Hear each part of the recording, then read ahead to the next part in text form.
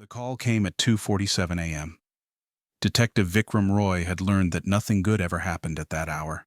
The address, 47 Willow Lane, where the Dhalia family had lived behind iron gates and manicured hedges. Past tense.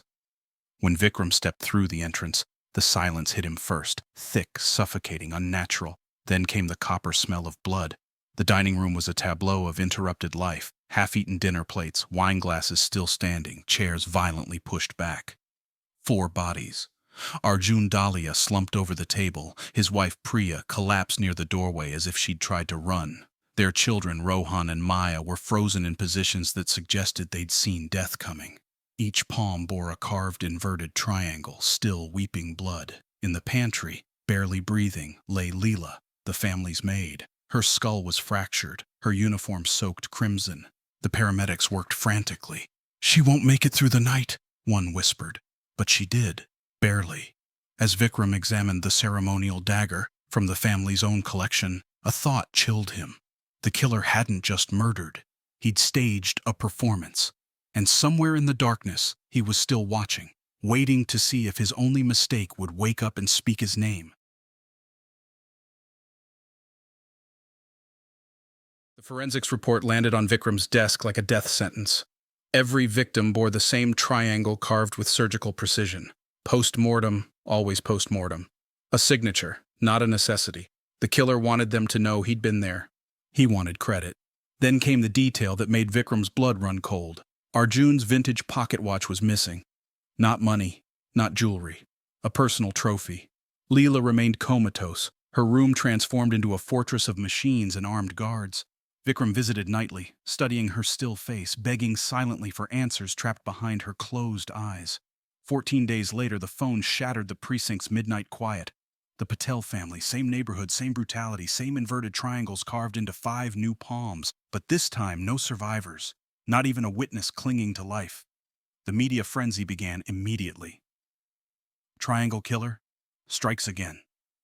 Panic spread like wildfire through the city's wealthy enclaves. People installed security systems, hired bodyguards, stopped trusting their own shadows. In the cold fluorescent light of the morgue, Vikram stared at the Patel family's bodies and realized a terrifying truth. The killer wasn't stopping. He was accelerating, and the only person who'd seen his face was locked in a silent prison of her own shattered mind. The funeral was theater, a macabre performance for an audience of 1. Under a steel gray sky, a closed casket was lowered into the earth while a handful of hospital staff and undercover officers played mourners. The headstone read, Leela Thomas, 1992 to 2026, gone too soon. The death certificate cited, complications from traumatic injuries. Local news ran the story. Triangle killer's only survivor dies, no witnesses remain. Perfect. 3 stories below a nondescript wing of City General Hospital, the real Leela lay motionless, surrounded by equipment that beeped her existence into the void. Vikram sat beside her bed in the dead of night, his voice barely above a whisper. "I need you to fight. You're all we have." The investigation was hemorrhaging leads. Both families had invested in the Meridian Heights project, a controversial development that had displaced over 60 low-income families. Revenge? Possibly. But the precision, the ritual, the intimacy of the kills suggested something far more personal than political rage. Vikram pulled surveillance footage from both crime scenes. Nothing. The killer was a ghost moving through wealthy homes like he belonged there. And then it hit Vikram. What if he did belong? What if the monster they were hunting was hiding behind a suit and a smile, walking among the very people he was hunting? 37 days of nothing. No new bodies, no new leads. The city began to breathe again, cautiously, hopefully. Vikram knew better. Predators don't stop, they wait. Then, on the 61st night, Nurse Anjali noticed it. Leela's right index finger twitched, just once, but unmistakably. Anjali's hand flew to the call button. Within minutes, the room filled with neurologists, monitors recalibrated, hope crackling through the air like static electricity. Over the following week, the signs intensified, eyelids fluttering, slight movements in her facial muscles. Her brain was clawing its way back from the abyss. Vikram doubled security and brought in Dr. Sharma, a neurologist who'd signed more NDAs than medical charts. "She's coming back," Sharma confirmed quietly, "but we don't know what she'll remember or how much the trauma has fractured her memory." Meanwhile, across the city, the killer was preparing. Judge Mehta, the man who'd presided over the Meridian Heights eviction lawsuits, was marked. The pattern was emerging now. This wasn't random violence, it was systematic extermination. Each victim had profited from the displacement of the poor, and now someone was balancing those scales with blood.